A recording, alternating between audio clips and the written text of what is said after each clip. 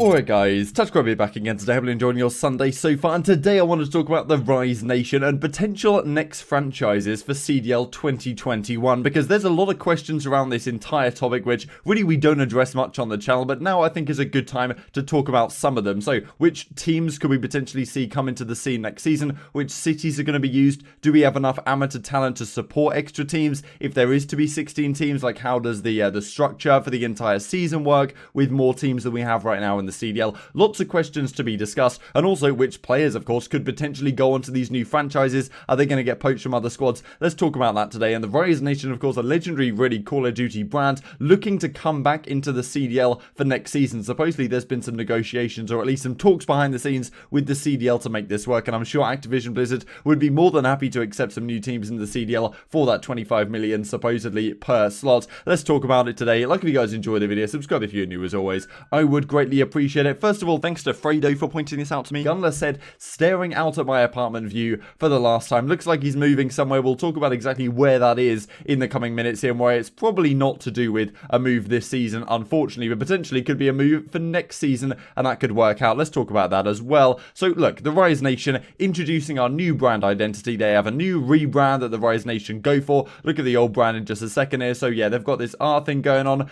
You know, I'm not exactly in love with it, but I'll probably prefer it over time, because well, we had the old branding here, as you can see right here, and maybe as time goes on I'll like this new branding more and more. But this was the team, of course, with Slasher, that I don't know exactly which event this was. It's either Anaheim or Seattle, because I think Gunless was MVP at both events, as you guys might remember.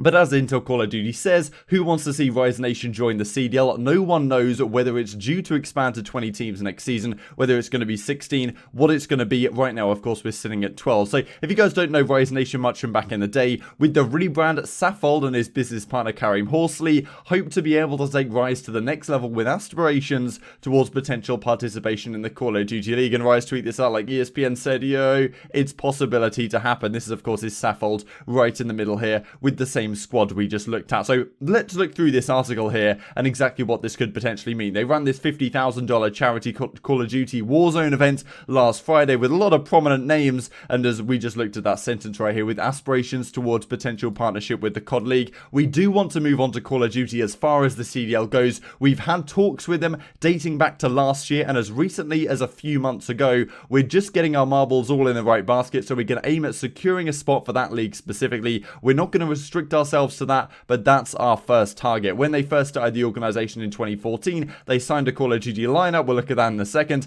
Prior to the game franchising, found success in the game. In 2018, they took home 3 open events: Atlanta, Seattle, Anaheim. One of these were Methods, the latter 2 with Slasher on the team, as well as the Stage 1 of the Pro League. You know, they didn't win playoffs, but they were first in Stage 1. But with significant investment needed to enter the CoD League and reported spot selling for 25 million, the team left Call of Duty in 2018 and did not apply for CDL in the 2019 season. However, they seem to be back in the game. It was very tough at the beginning because Call of Duty is what we focused on for a very long time, and it just wasn't the right time to get into franchising. Saffold told ESPN, we feel like we have a plan and structure to get back into the scene. We're still available, I would say. We just want to take it to the next level. So first, new logo and brand identity they've had in a very long time. They want to get back into COD. It took a long time. We've really been talking about how we could get back, etc., etc., etc. To get back into Call of Duty, it's a rebirth of what we once were, but it's a new us. So very, very interesting indeed. And as this discussion on Reddit then says, where are they based out of? One of the owners is an NFL player from Ohio. So talking about the potential cities that the Rise Nation could come back to. And let's talk about real quick the cities that are up for grabs. So as Silly says here, GF702, Vegas and Phoenix potentially being hotspots. And, you know, look, if it goes to next season, I can't imagine they're going to go for 14 teams or something. If they are going to step up from 12, it's going to have to be to 16 to have that round number like we've traditionally had in the Call of Duty League. So we're going to need 4 more teams, 4 more cities to be based out of. I think one of the key ones for me that I would love to see is either a Madrid franchise or a Barcelona franchise. Heretics were clearly interested last season to get into the scene, but Activision decided, look, we're going to hold it at 12. Paris is going to be our one this season for the European mainland, but, you know, maybe Madrid, Barcelona could be an option next season with Heretics if they are still interested in getting into the CDL. As, well, as Silly says here, Vegas in Nevada, Phoenix in Arizona, those could be opportunities as well. And as well, as he says in reply to this Vegas comment, so it looks like Gunless is moving to Vegas. Pierce is moving just a few minutes away from Asia. That's his fiancée, or are they married? Yeah, I think it's his fiancée. So if Gunless is moving to Vegas, maybe it's not particularly COD team related, but if he's moving near Silly, who knows, right? Is Minnesota going to pick him up? Who knows? Yeah, we did talk about that a couple of days ago. So yeah, if there is going to be 4 more cities, I do believe that there are some venture capital organizations and teams behind the scenes that are looking to invest in the Call of Duty League. And look, if I was looking at Activision's product line and being, okay, if I've got $25 million to spend, am I going to invest it in the Overwatch League? Am I invest it in the Call of Duty League? To be honest, I'll probably put my money where my mouth is and say the COD League is a better investment right now, even though we're probably biased on this channel. So I definitely think there are some opportunities there for teams to still get into the league. I think there are some teams that are looking to do so, Rise Nation clearly being one of them, and if Rise is one of those squads, definitely there are other teams out there looking to do a similar thing. So the next question that comes up, if they decide on a city, wherever it's going to be, Columbus, Ohio, whatever it happens to be, if that is the case, then of course they've got to decide which players they're going to pick up to the team, because the big question is, look, right now in the CDL, the players outside the CDL, are they good enough for CDL caliber? I definitely think there is some, but if we were to bring in 4 more teams, you've got to have 4 more teams. If I imagine it's going to be 5v5 still, somewhat unfortunately, but it is what it is. Then you've got to have 2 substitutes again.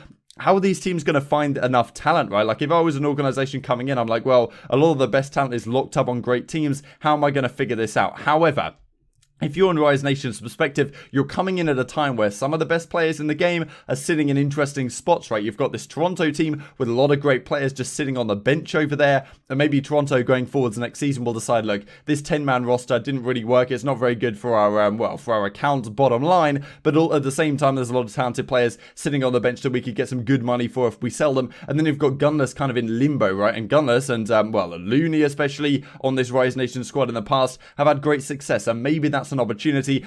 There definitely is a lot of talent outside the league. I think especially in the European region, you see Team War, London Royal Ravens Academy. You've got a lot of guys now on the bench over at London, which could potentially join a new franchise and make some sort of international squad. That's certainly an opportunity. You've got the Singularity guys as well. You look at the North American region, the Triumph teams, Westar. There's a lot of talented players over here that have done good things. So I do think we just about have enough players to support 16 teams. Maybe 20, though, is a step too far. And, you know, who knows, right? Maybe 4v4 comes back in a couple of years' time and makes things a little bit easier to expand the league even further out from where it is today. Also, just wanted to mention this XL Sports Management, Activision Blizzard. I saw this article on the Esports Observer this morning, how they're making a partnership to bring in new sponsorships for both the Overwatch League and the Call of Duty League. So if they're looking for new sponsorships, who knows why are they not looking for new potential organizations to join the CDL? That's definitely an opportunity as well that we could talk about. So this is what Rise Nation have achieved in the past. Back in the Ghost days, Advanced Warfare, Pac-Man, Looney have been on the team for a very long time.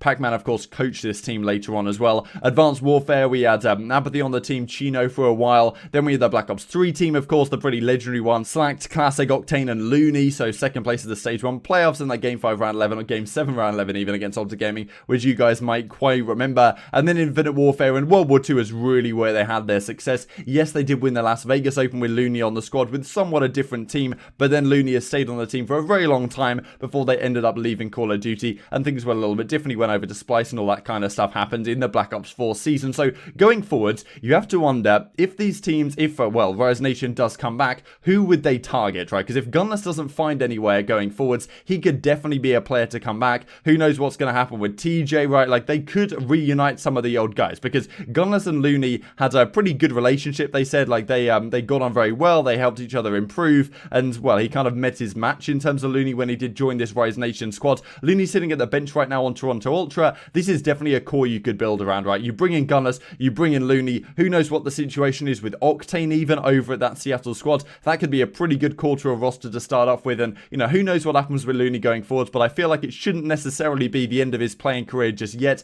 even though he hasn't been as good this season. So intrigued to hear your thoughts down below. If these guys do pick up an organization or do buy into the CDL next season, which core roster should they build around? Because I don't think that an organization of this caliber really wants to come into COD and just pick up a load of amateur players and play it like that. They want to be right back at the top of the scene where they they left right in the World War II days. So I do wonder how this will develop over the coming days and months, and I just wanted to share this before we finish the video then regarding the Modern Warfare situation right now. Another couple of remarkable clips came out last night. One of these ones from, well, the first one of which from Clayster. Both of these occurred in the very same map. So this is on Ramaza Hardpoint, and we've got, well, we've got the Dallas team trying to break into this P2, and then P3, of course, rotation is over to this building at the back of the map over here. So you would imagine in this situation, you've got player number 3, that being Clayster, trying to lock these guys into mid. You'd imagine that the, well, the players on London would likely spawn over at this courtyard right here, maybe in this building more generally, because obviously their spawn should be anchored towards this hardpoint. So as we see over the first couple of seconds here,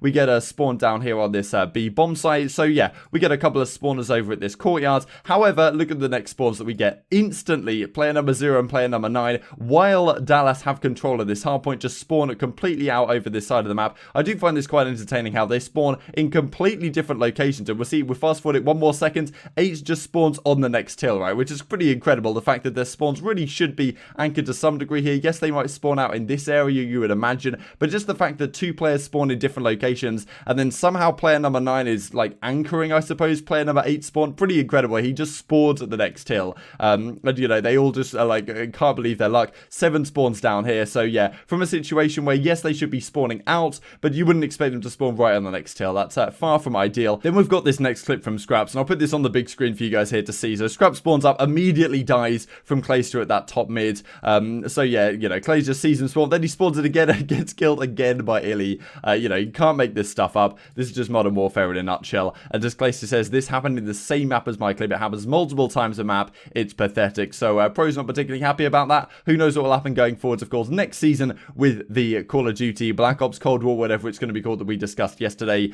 Intrigued to hear your thoughts in the comment section below. Might put that on a t-shirt, as someone pointed out in the comment section yesterday. Thanks for watching. I'll see you next time.